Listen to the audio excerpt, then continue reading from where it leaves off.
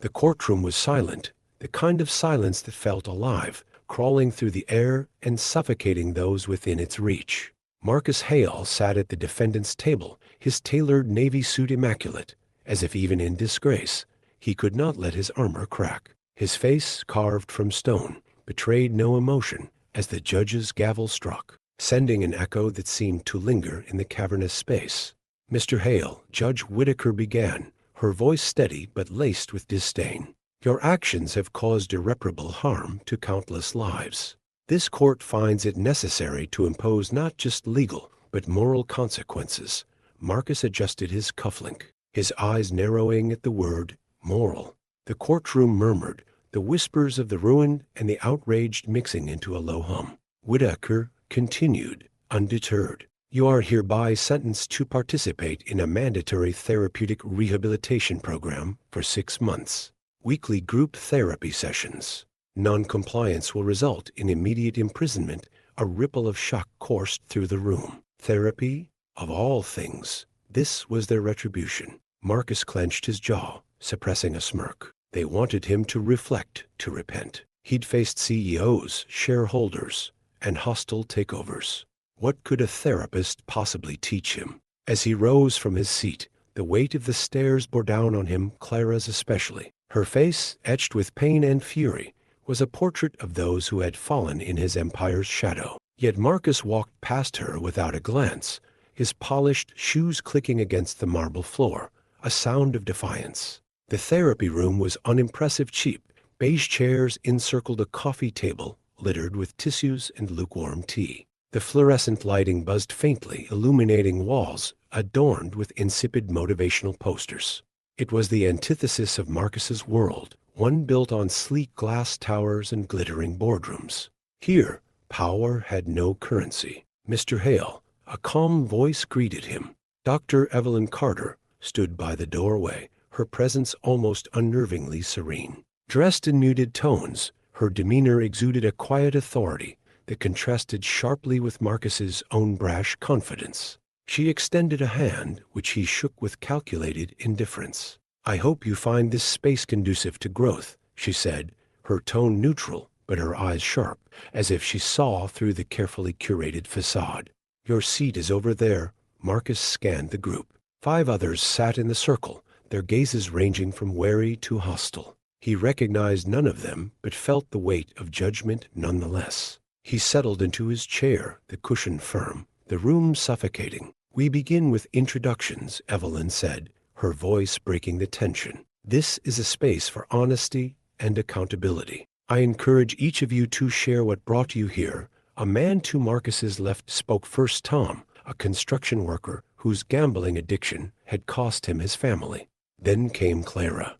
When her turn arrived, the air thickened. "My name is Clara," she began, her voice trembling with restrained emotion. "I'm here because of him." All eyes turned to Marcus. He met her glare with icy composure, though a flicker of unease tugged at his resolve. "His company shut down my small business without warning. I lost everything, my home, my savings, my dignity." Her words hit like a gavel, each one heavier than the last.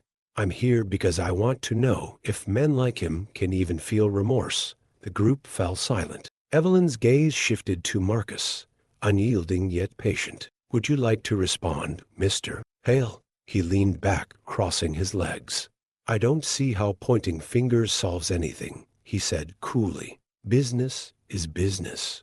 It's not personal." Clara's laugh was hollow, her eyes gleaming with unshed tears. "Not personal. You destroyed lives and called it strategy." Evelyn raised a hand, her calm voice cutting through the tension. "This is a space for dialogue, not accusations." "Marcus, consider her words." "Clara, thank you for your honesty." Marcus said nothing, his hands clasped tightly in his lap. For the first time, silence didn't feel like control, it felt like a void. The session ended, and Marcus lingered as the others filed out. Evelyn approached him, her steps deliberate. "You think you're above this, don't you?" she said, folding her arms. Marcus's lips curled into a faint smile. "I think this is a charade." Evelyn studied him, her gaze piercing. "You've built walls around yourself so high that even you can't see over them. But here's the truth. Your power, your money, they don't define you. They mask you, he bristled, a flicker of anger crossing his face. And what do you think you see, Dr. Carter?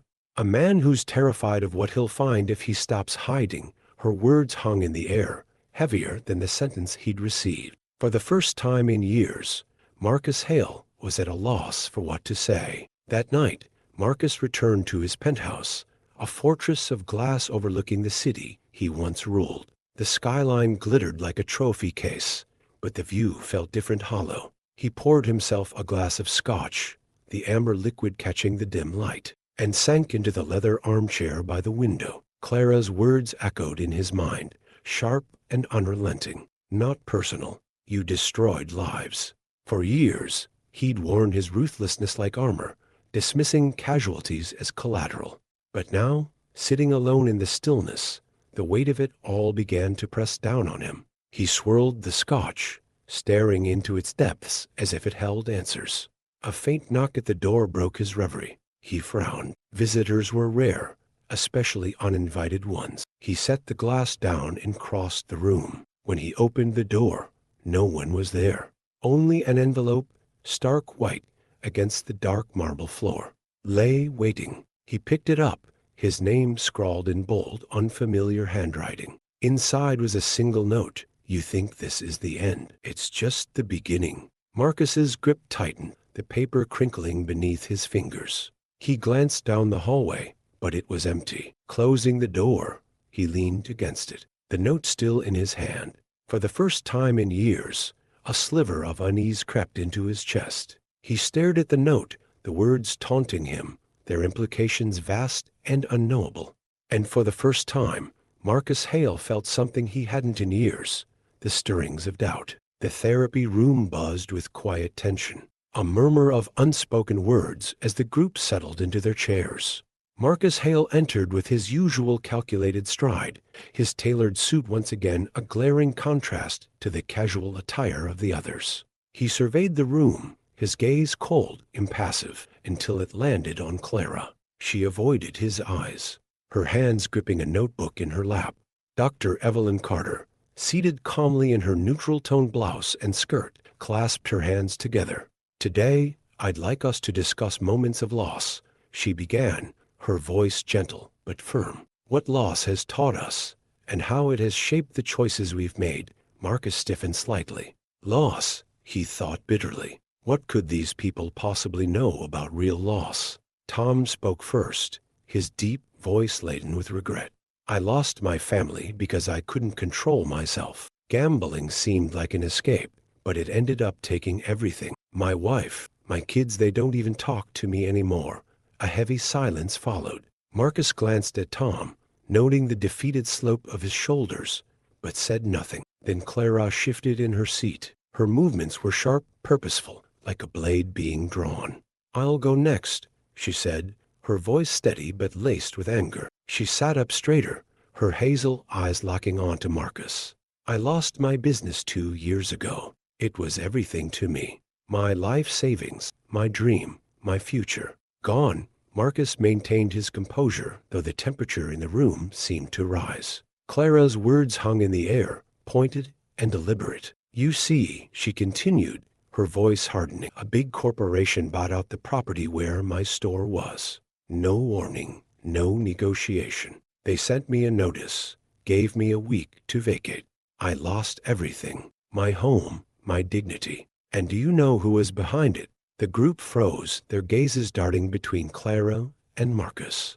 Evelyn's expression remained calm, though her green eyes flickered with curiosity. Clara leaned forward, her voice dropping to a venomous whisper. It was you. Marcus's jaw tightened. He leaned back in his chair, crossing his legs as if to signal his indifference. Business decisions aren't personal, he said coolly. It's unfortunate, but necessary. Necessary? Clara shot back, her voice rising. Destroying people's lives is necessary? Evelyn raised a hand, her tone firm but measured. Clara, let's keep this constructive. Marcus, would you like to respond? For the first time, Marcus hesitated. His usual sharp retort eluded him, and he felt the weight of the room's collective gaze. I don't see how rehashing past decisions helps anyone, he said finally, his tone clipped. Clara's face flushed with anger. Because maybe you'd finally see the damage you cause. The session ended shortly after, but the tension lingered like a storm waiting to break. Marcus was the last to leave, his mind replaying Clara's words. He told himself it was absurd. He'd made tough calls, yes, but it was all part of the game. As he stepped into the hallway, Evelyn approached, her heels clicking softly against the linoleum. "How are you feeling, Marcus?" she asked, her tone neutral. He gave her a tight smile. "I'm fine, are you?" she pressed, her kind eyes studying him. "Clara's words seemed to affect you more than you let on," he sighed, his hand brushing through his neatly combed hair. "She's angry. I get it. But anger doesn't fix anything, neither does avoidance." Evelyn countered gently. "Perhaps it's worth considering that her anger isn't just directed at the past, but at the choices you continue to make." He frowned, but didn't respond. She let the silence settle before adding, "Sometimes, the first crack in our defenses is the most important step toward growth." With that, she left, her words lingering long after her footsteps faded. That evening, Marcus sat in his penthouse, the city sprawling beneath him like a glittering tapestry. He nursed a glass of scotch, the amber liquid swirling in the dim light. Clara's face kept flashing in his mind, her anger, her pain. For years, he'd dismissed such emotions as irrelevant, a byproduct of weak people unable to adapt. But tonight, they clung to him, unrelenting. His gaze drifted to the note, still sitting on his desk. "You think this is the end? It's just the beginning." He picked it up, the bold handwriting taunting him once more. For the first time in years, he wondered if the life he'd built was as solid as he believed, or if it was beginning to crack. The therapy room was quieter than usual, a weighty silence that seemed to press down on everyone present. Marcus Hale entered with his usual air of detachment, his sharp navy suit a stark contrast to the muted tones of the room. But today, something about his demeanor felt different, subtler, less assured. Evelyn Carter noticed immediately. Her perceptive green eyes tracked his movements as he settled into his usual seat, his posture stiff and guarded. She waited until everyone was present before breaking the silence.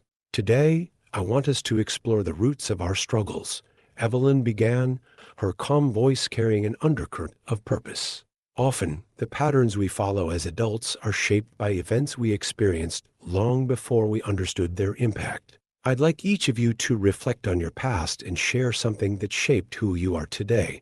Marcus's expression hardened. He uncrossed and then recrossed his legs, his discomfort palpable. Clara, sitting across from him, stole a glance in his direction, her lips pressed into a thin line. Tom, the construction worker, spoke first. He described a father who had gambled away their family's savings, leaving him to shoulder responsibilities far too young. His words were heavy with regret and anger, but also an underlying longing for understanding. When it was Clara's turn, her voice wavered slightly as she recounted losing her mother at a young age and how that loss had fueled her drive to create something meaningful, a drive she felt Marcus had shattered. Her gaze flicked to him as she finished, but he kept his eyes fixed on the floor. Evelyn turned to Marcus. "What about you, Marcus? Can you share something from your past that has shaped the way you see the world today?" He stiffened, his blue eyes narrowing. "I don't see how dredging up old memories is helpful." "It's not about dwelling on the past," Evelyn said gently. "It's about understanding how it influences the choices you make now."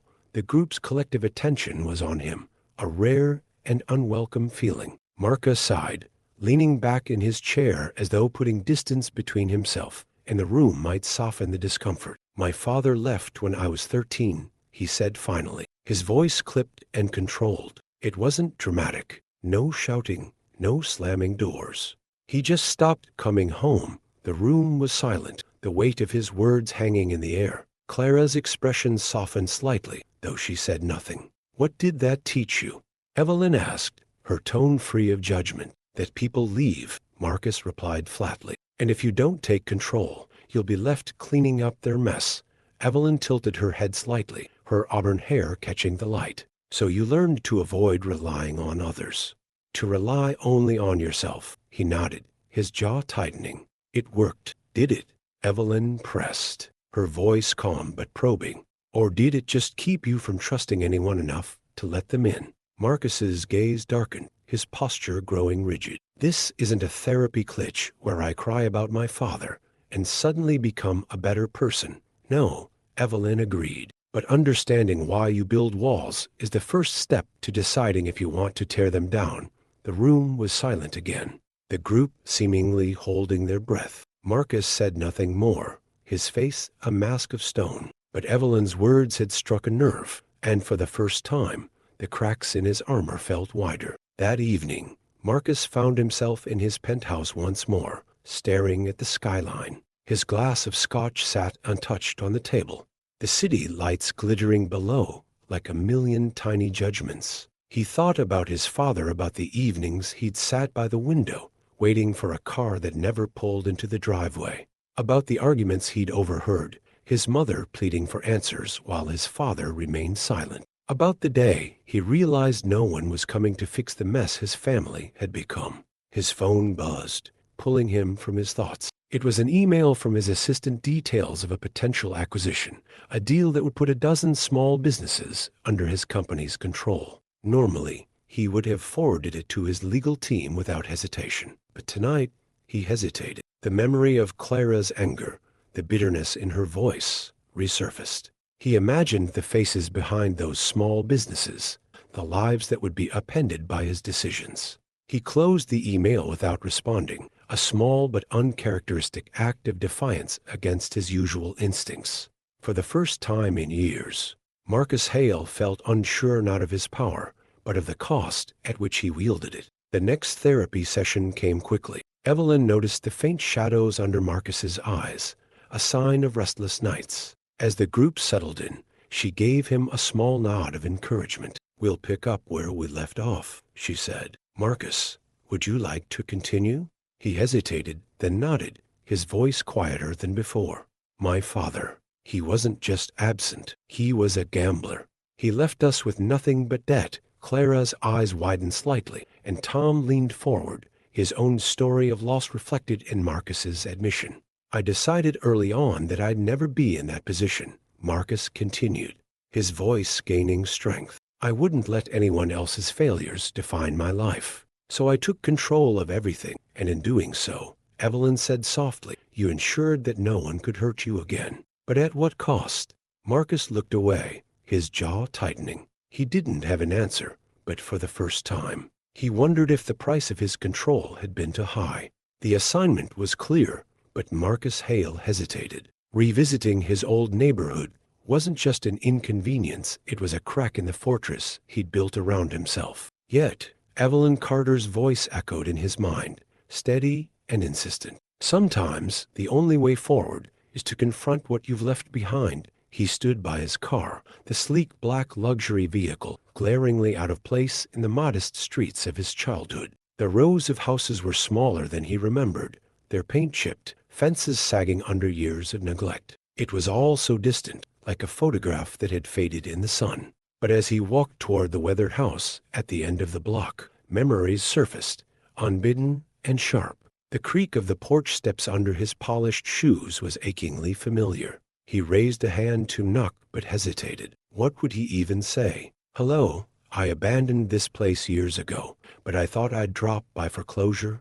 Before he could decide, the door swung open. Liam stood there, his light brown hair tousled and graying, his face weathered, but unmistakably similar to Marcus's own. For a moment, neither spoke. Then, Liam's lips twisted into a bitter smile. "Well, look who finally decided to remember where he came from." Inside, the house was much the same as Marcus remembered. The faded wallpaper, the sagging furniture, the faint scent of coffee lingering in the air. It was a time capsule of a life he had long since left behind. Liam gestured for him to sit, but Marcus remained standing, his posture as rigid as his tailored suit. "So," Liam began, leaning back in his chair, "what brings the great Marcus Hale back to the place he couldn't leave fast enough?" Marcus's jaw tightened. "I'm not here for a fight." "Good," Liam said, his voice dripping with sarcasm. Because you'd lose, the tension between them was palpable, years of unresolved resentment simmering just beneath the surface. Liam leaned forward, his brown eyes sharp and accusing. "Do you even know what it was like after you left?" he demanded. "How hard it was to pick up the pieces when Dad's debts came crashing down." "I did what I had to do," Marcus said evenly, though his voice faltered slightly. "I wasn't going to stay here and drown." Liam's laugh was bitter. "And so you let the rest of us drown instead." The conversation stretched on, each word a careful step on a minefield of shared history. Marcus learned that their father had spiraled deeper into debt after he left, gambling away what little they had left. Liam had tried to hold things together, but the weight of it all had been crushing. "He died thinking you didn't care," Liam said finally, his voice quieter now. "Do you even know what that did to Mom? To me?" Marcus's stomach twisted. He had told himself for years that leaving had been necessary, that it was the only way to escape a life of mediocrity and chaos. But hearing Liam's words, he couldn't ignore the cost of his choices. "I didn't know," Marcus admitted, the words tasting foreign on his tongue. "I didn't want to know." "No," Liam said, his tone sharp. "You didn't," as Marcus stood to leave. The weight of their conversation settled heavily on his shoulders. Liam walked him to the door, his expression softer but still wary. "You can't fix this with money, Marcus," Liam said, his voice firm but not unkind. "If you want to make things right, it's going to take more than that." Marcus nodded, though he wasn't sure what making things right would even look like. He stepped back onto the porch, the cool evening air biting against his skin. The house loomed behind him, a monument to everything he had tried to forget but could no longer ignore. The drive back to the city was quiet, the hum of the engine a low counterpoint to his thoughts. Marcus replayed Liam's words over and over, each one striking a chord he had long since silenced. He had spent his life building an empire to prove that he could rise above his past. But now, for the first time, he wondered if he had simply been running from it. When he returned to his penthouse, the glittering skyline offered no comfort. He sat by the window, staring at the city he had conquered, and felt the vast emptiness it couldn't fill. The next therapy session began with Evelyn observing Marcus closely. She could sense the shift in him, the faint crack in his once impenetrable armor. "How was it?" she asked, her voice gentle but probing. Marcus hesitated, his blue eyes meeting hers. "It was enlightening," he said finally. "I thought I'd left the past behind, but it seems it never really left me. What do you want to do about it?" Evelyn asked. The question hung in the air, heavy with implication. Marcus didn't have an answer yet, but for the first time, he was beginning to consider that perhaps the life he had built wasn't as complete as he had thought. The therapy room felt heavier today, as if the air itself was carrying the weight of everyone's shared burden. Marcus Hale arrived early, an unusual change in his otherwise calculated routine. He sat quietly in his chair, his posture rigid, his sharp blue eyes staring at the middle distance. The group filed in slowly, Tom, with his weary gait, Clara clutching a small notebook to her chest, and the others, who exchanged polite nods. Dr. Evelyn Carter entered last, her calm presence filling the room. She carried a small stack of papers which she placed on the coffee table at the center of their circle. "Today," Evelyn began, her voice soft but steady, "we're going to try something different. I've asked each of you to bring a story or memory that reflects a pivotal moment in your life. But before we begin, I'd like to try an exercise." She handed out small sheets of paper to everyone. Marcus frowned as she placed one in front of him. It was blank, except for the word "listen" written in the center. "Today, we're not just sharing our stories, we're reflecting on what they mean," Evelyn explained. "For the next part of our session, I'd like everyone to listen. No interruptions, no commentary. Simply observe." The group exchanged uneasy glances, but no one objected. Clara was the first to speak. "My story starts 2 years ago," Clara began, her voice steady but tinged with bitterness. "I had a shop, a small, cozy bookstore. It wasn't much, but it was mine. I spent years saving for it, pouring everything I had into it. And then, one day, It was gone. Her hazel eyes flicked briefly to Marcus, who remained stoic, though his hands tightened slightly around the edge of his chair. I got a notice saying the property had been sold. I had a week to leave. No explanations, no negotiations. Just gone. And the worst part, her voice cracked, and she swallowed hard. The company that bought the property didn't even use it. It's still sitting there empty. The room was silent, the weight of her words settling over them like a heavy fog. Marcus didn't move, but a faint twitch in his jaw betrayed his discomfort. Tom went next, sharing a story about losing his family because of his addiction. Then another member spoke about the guilt of leaving a sibling in need. Each story added another layer to the collective grief in the room, and by the time it was Marcus's turn, the silence felt suffocating. He hesitated, the weight of expectation pressing down on him. For years, he had mastered the art of speaking without revealing anything, of maintaining control in every situation. But here, under Evelyn's watchful gaze, the usual scripts felt hollow. When I was a kid, Marcus began slowly, I thought success was the answer to everything. My father was a gambler, a man who couldn't hold on to anything, not money, not stability, not even his family. I decided early on that I wouldn't be like him. He paused, his piercing blue eyes scanning the group. So I built walls. I focused on results, not people. I told myself it wasn't personal, just business. But he faltered, the words catching in his throat. Maybe I was wrong. The room was silent, but this time it felt different, not heavy, but expectant. Clara's expression softened slightly, and even Tom seemed less guarded. Evelyn leaned forward, her green eyes kind but unyielding. What changed? She asked gently. Marcus met her gaze, the answer forming slowly. I've been looking at my reflection for years, but I don't think I've ever really seen myself. The session ended, but the impact lingered. Marcus approached Clara as the others filtered out. She stiffened slightly, but didn't walk away. I owe you an apology, he said, his voice quiet but firm. I didn't see what my decisions cost you. I'm sorry. Clara studied him, her hazel eyes searching his face for sincerity. Sorry doesn't fix everything, she said, though her tone was less sharp than before. I know, Marcus replied, but it's a start. That evening, Marcus sat alone in his penthouse, staring at the blank sheet of paper Evelyn had given him. For the first time, he felt the weight of what it meant to truly listen not just to others, but to himself. He thought about Clara's words, about Liam's accusations, and about Evelyn's unyielding questions. He picked up a pen and wrote one word in the center of the page. Why? Why had he built his empire at the expense of others? Why had he closed himself off from the world? And why, after all these years, did he feel so empty? The sun was low on the horizon as Marcus Hale stepped out of his car, its polished surface reflecting the muted tones of the industrial district. The address was unassuming, a crumbling brick building with faded paint and boarded windows. It had once been a bustling factory, providing jobs and stability to countless families. Now it stood as a monument to his ruthless decisions, abandoned and lifeless. This was his first attempt at restitution. The man he was meeting, Frank Marshall, had been the factory's owner.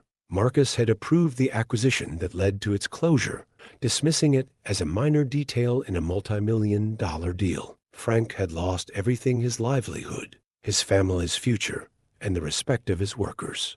And now Marcus was here to face him. Frank met him at the door, his broad shoulders squared and his weathered face hard with resentment. His clothes were simple, a faded flannel shirt and jeans, but his presence was imposing. For a moment, the two men stared at each other, the weight of their shared history hanging in the air.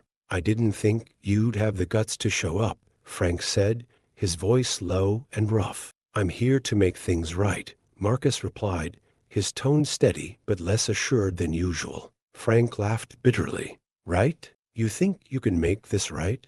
Inside, the factory was a shadow of its former self. Dust covered every surface, and the faint smell of rust lingered in the air. Marcus followed Frank to a makeshift table where they sat across from each other. Marcus placed an envelope on the table, a check substantial enough to rebuild the factory twice over. This is for the damage I caused, Marcus said simply. Frank didn't touch the envelope. Instead, he leaned forward, his dark eyes burning with anger. You think throwing money at me will erase what you've done? I don't need your charity. It's not charity, Marcus said, his voice firming. It's accountability. Frank shook his head. You don't get it, do you? It's not just about the money. It's about the lives you destroyed. The families who couldn't put food on the table. The men who couldn't find work because of you. Marcus's chest tightened. For years, he had justified his actions as necessary collateral damage in the pursuit of success. But hearing Frank's words, he couldn't ignore the human cost any longer. What do you want from me? Marcus asked, his voice quieter now. Frank's gaze softened slightly, though his expression remained guarded. I want you to take responsibility, not with a check, but with action. Help rebuild what you tore down. Show these people you care not with your money, but with your time. The conversation lingered in Marcus's mind as he left the factory. The check remained on the table untouched, a symbol of his growing realization that restitution wasn't about erasing the past, it was about transforming the future. The next therapy session was tense, the group sensing a shift in Marcus's demeanor. Evelyn noticed it immediately, her perceptive green eyes narrowing slightly as he took his seat. I visited someone today, Marcus began, his voice measured. A man whose business I ruined. I offered him money, but he didn't take it. He said money wasn't enough. Clara, seated across from him, leaned forward. What did he want? Marcus hesitated, his piercing blue eyes meeting hers. He wanted me to show that I care. To do more than write a check. The room was silent, the weight of his words settling over them. Evelyn nodded slowly. And what do you think about that?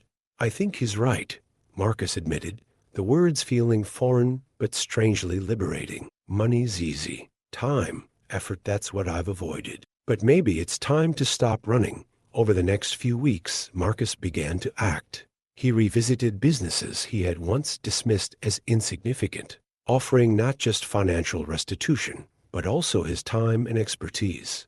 At first, his efforts were met with skepticism, even hostility. But as he persisted, people began to see a different side of him, a man trying, however clumsily, to repair the damage he had done. One evening, after a particularly grueling day, Marcus returned to the therapy room. Evelyn greeted him with a rare smile, her auburn hair catching the light as she gestured for him to sit. You look tired, she remarked.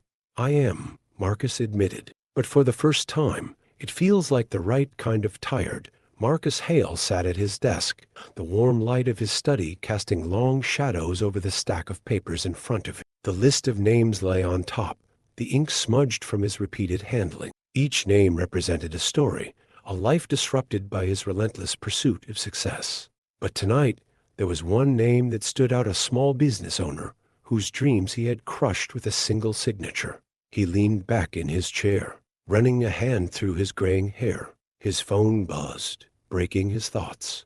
The message was from his legal team, urging him to approve a new acquisition. Another deal, another step toward the empire he had spent a lifetime building. But this time, something held him back. The next morning, Marcus arrived at the therapy session early. The room was quiet, the faint hum of the fluorescent lights filling the silence.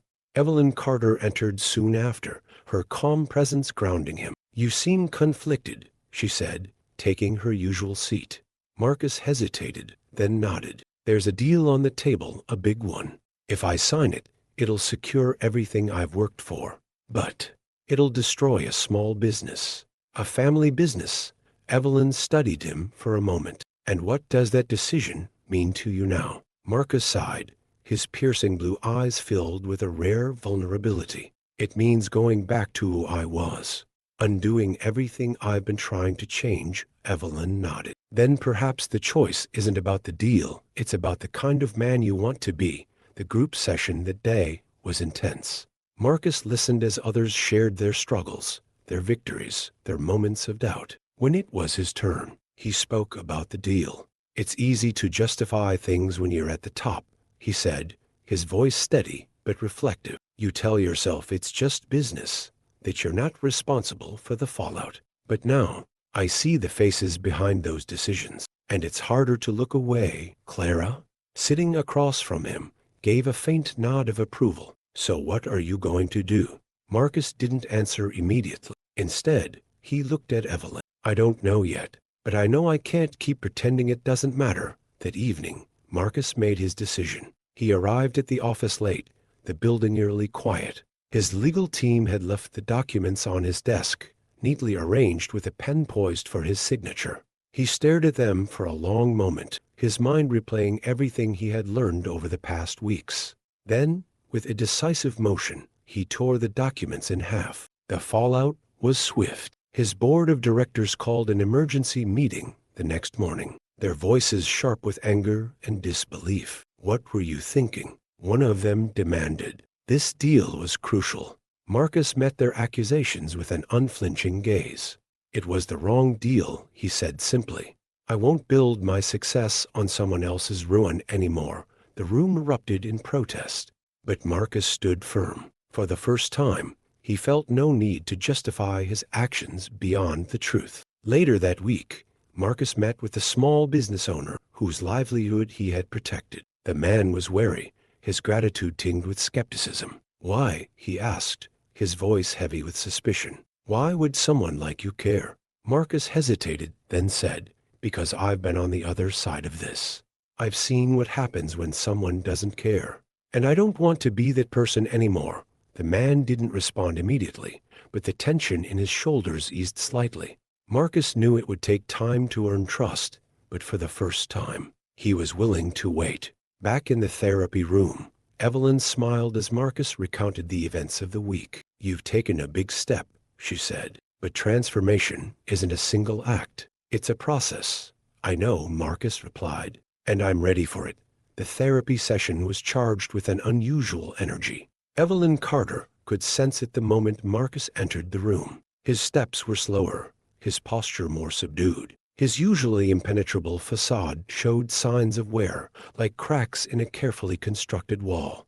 Today was not a typical session. Evelyn had arranged for a special guest, someone Marcus hadn't seen in years, but who had played a pivotal role in shaping the man he had become. Before we begin, Evelyn said, her voice calm but deliberate, I've invited someone to join us.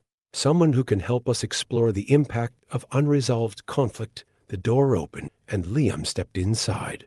His weathered face was a mix of apprehension and determination. The room fell silent as Marcus's eyes widened, the surprise quickly giving way to a guarded expression. What's he doing here?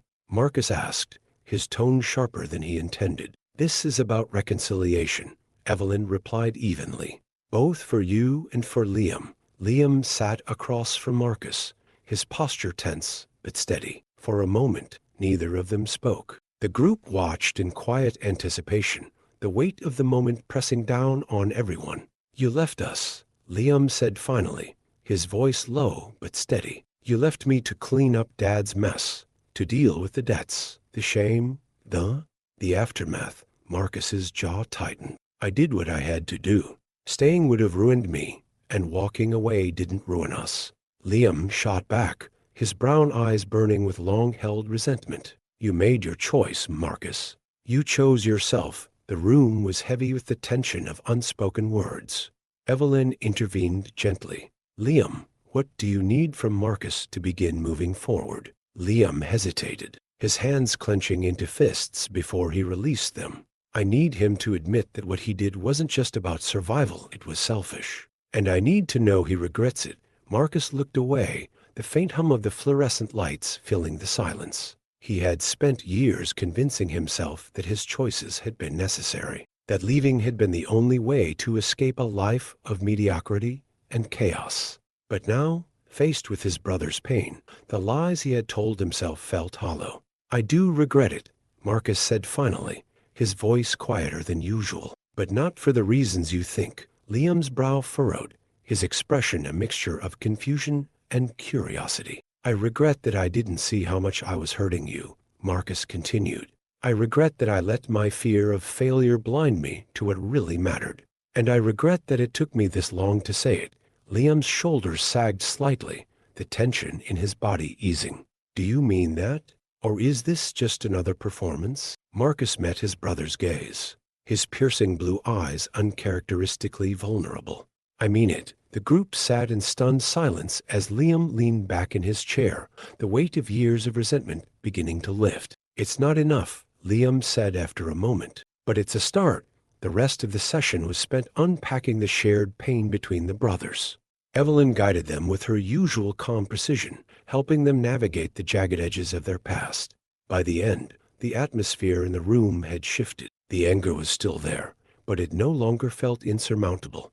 As the session ended, Marcus walked out with Liam. They stood on the steps of the therapy building, the cool evening air biting at their skin. "You've changed," Liam said, his tone softer than before.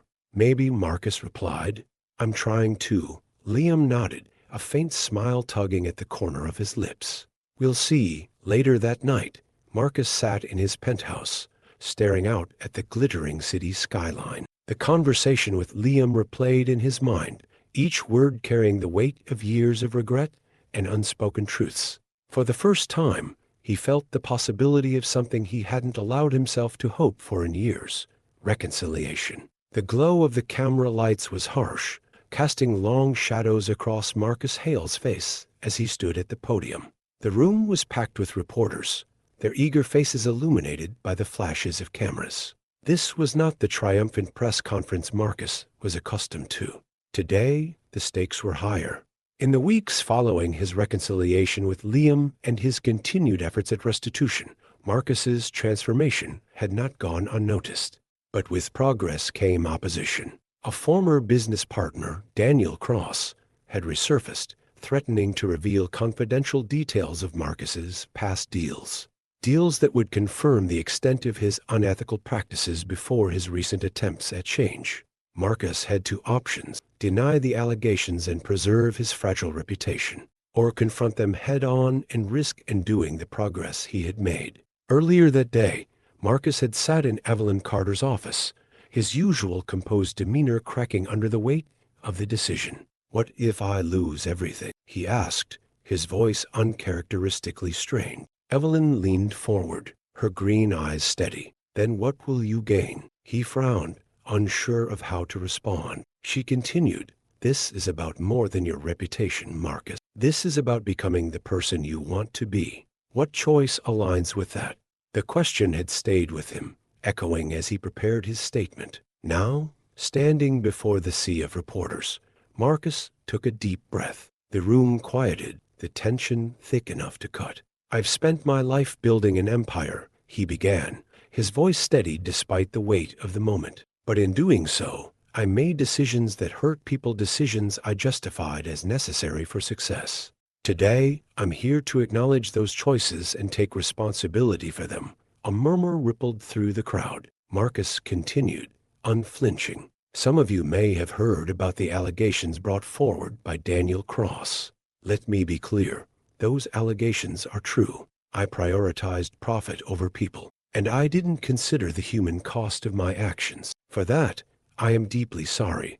His words hung in the air, heavy and raw. Reporters scrambled to take notes, their cameras clicking furiously. "I know an apology isn't enough," Marcus said, his piercing blue eyes scanning the room. "That's why I've committed to creating a restitution fund to support the individuals and communities affected by my actions. This isn't about erasing my past, it's about owning it and doing better moving forward." In the therapy room later that week, Marcus recounted the press conference to the group. The usual tension in the room was replaced with a sense of quiet respect. "I thought it would feel like losing," Marcus admitted. "But it didn't. It felt freeing." Clara, who had been one of his harshest critics, nodded. "Because for once, you weren't hiding." Evelyn smiled, her calm presence as steady as ever. "You've taken a brave step, Marcus. But remember, accountability is a journey, not a destination." The fallout from the press conference was swift. Some applauded Marcus's honesty, while others condemned him for his past actions. His company's board demanded an emergency meeting, threatening to remove him from his position. But Marcus faced it all with a new sense of resolve. At one of the restitution fund's first events, Clara joined him, helping organize a panel for small business owners. As they worked side by side, she said, "You're not the same man I met in that therapy room." "Maybe not," Marcus replied, a faint smile on his lips. "But I'm still learning." The therapy room was quieter than usual, not from tension, but from a shared sense of accomplishment. Marcus Hale looked around at the familiar faces: Tom, Clara, Evelyn, and the others, each of them a part of the journey that had brought him here. For months, this space had been a battlefield of emotions, confessions, and realizations. Today, it felt like a sanctuary. Dr. Evelyn Carter began the session with her usual calm authority. "Today, I'd like us to reflect on where we started and where we are now. This will be our last session together as a group." There was a murmur of surprise, and for some, quiet sadness. For Marcus, it was bittersweet. This place had forced him to confront truths he had spent decades burying. It had been painful, but it had also been transformative. Clara spoke first, her voice steady, but tinged with emotion. "When I came here, I was angry. Angry at the world, at Marcus, at myself. I didn't think forgiveness was possible. But now," she glanced at Marcus, her hazel eyes soft, "now I see that people can change if they're willing to do the work." Tom followed, sharing how he had reconnected with his children and started to rebuild his life. Each story in the circle was a testament to growth, resilience, and the power of human connection. When it was Marcus's turn, he hesitated, the room waiting in quiet anticipation. "I came here thinking this was a waste of time," he began, his piercing blue eyes scanning the group. "I thought I didn't need this, that I was above it. But I was wrong." He paused, his voice steady but filled with sincerity. "I've learned that success isn't about power or money. It's about people, the lives we touch, the bridges we build or burn. And I've spent far too long burning bridges." Clara smiled faintly, nodding in agreement. Evelyn watched him with quiet pride, her auburn hair catching the soft light as she leaned forward. "And what will you take with you from this experience, Marcus?" He considered her question carefully. "The understanding that change is a choice, and that it's never too late to make that choice." The session ended with a round of applause, a symbolic gesture of their shared journey. As the group began to disperse, Marcus lingered, waiting until the room was nearly empty before approaching Evelyn. "You've done more for me than I can ever repay," he said, his voice quiet but heartfelt. "You don't owe me anything, Marcus," Evelyn replied with a soft smile. "The work you've done, that's your repayment. Just keep going." He nodded, the weight of her words settling into his chest like a promise. Outside the therapy building, Marcus paused to take in the crisp evening air. The city lights twinkled in the distance, but they no longer felt cold or distant. For the first time, they felt alive, like a reflection of the possibilities ahead. A few weeks later, Marcus stood in the heart of a bustling community center, surrounded by the people he had once overlooked. The restitution fund was in full swing, supporting small businesses, community projects, and individuals affected by corporate greed. Clara stood beside him, now a trusted partner in his efforts. Together, they had turned a symbol of pain into one of hope. "You're really doing it," Clara said, her voice filled with quiet admiration. "I couldn't have done it without you," Marcus replied, his smile genuine. The room buzzed with activity, children laughing, families reconnecting, and small business owners sharing their stories. It was messy, chaotic, and beautiful. And for Marcus, it was more fulfilling than any boardroom or skyscraper. What did you think of this story? Did it touch your heart in any way? We'd love to hear your thoughts in the comments. Here at Golden Story, we put all our care and dedication into creating stories like this one, which take over a week to craft just for you.